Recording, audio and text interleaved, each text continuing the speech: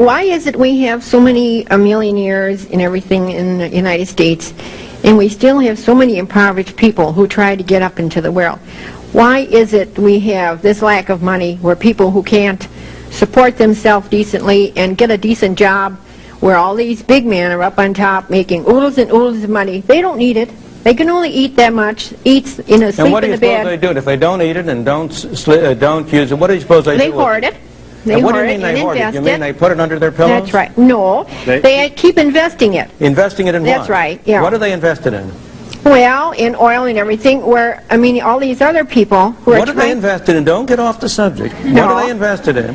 Well, they invested in a lot of different things that the little people need. Well, do they invest it in factories? Yes. Does some of that money end up in machines? Yes. Do those factories and machines provide ordinary working people with jobs or not? What do you suppose the productivity of this country would be, and of the wage rate would be, if the total amount of capital in this country today was what it was 100 years ago?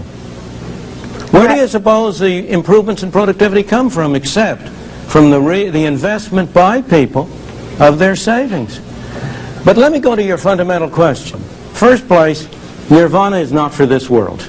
There is no paradise. Of course we've got a lot of people who are poorly off. But if you look at it over time, if you get a sense of proportion, the well-being of the ordinary people has been the main thing that has been improved by economic progress and economic growth and development. And most residual hard cases of poverty today are the result, again, of a failure of government.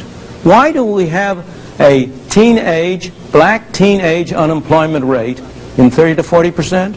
Because of two failures of government. One, a failure to provide decent schooling, which is a governmental responsibility. Has been, whether it should be or not, it has been. And second, because of a minimum wage rate, which prevents those kids who haven't had decent schooling from getting jobs at low pay, at which they can earn the skills on the jobs that would enable them to rise to higher pay. If you look at the sources of poverty, you will find most of them are derived from what I regard as wrong-headed government policies.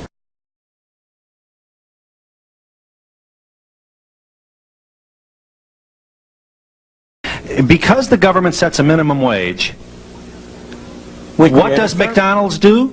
McDonald's? It can't hire as many teenagers. It improves its capital equipment to serve. It does less business because it has to charge higher hamburger prices. In the absence of a minimum wage, McDonald's would be able to offer a larger number of jobs to a larger number of youngsters, and they would be able to acquire some skills. And not only McDonald's. So we hire more people get work. Younger people. Younger people would work, and they'd get a chance to develop their skills to become productive members of society instead of being driven into a cycle of poverty and of welfare, which is absolutely deplorable.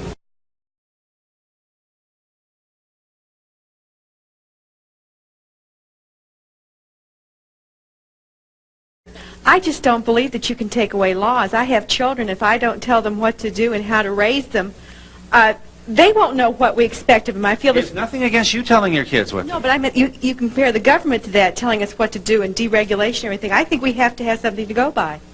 Well, but you see, what you're expressing is precisely the paternalistic view of government that I object to. I don't believe government is the mother of children. I don't believe government is a father of children. I believe government is a way in which you and I and our fellow citizens achieve certain things jointly that we can't achieve separately. And I believe it is your responsibility as a mother to bring up your children in accordance with the values you believe. And I believe it's a cop-out for you to say, I want the government to do that for me. No, but there's some... You were talking about suicides and how if you had a friend who was going to commit suicide, people who commit suicide are very lonely people. They usually don't have people to turn to. Right. So if you can help them with counseling, which the government would fund, that would save a life, which is very dear. There are different ways to achieve that. Most counseling groups for suicides, in fact, are not financed by government money. First of all, the government doesn't have any money. Only people have money. The government only gets money by putting its hand in your pocket and taking it out.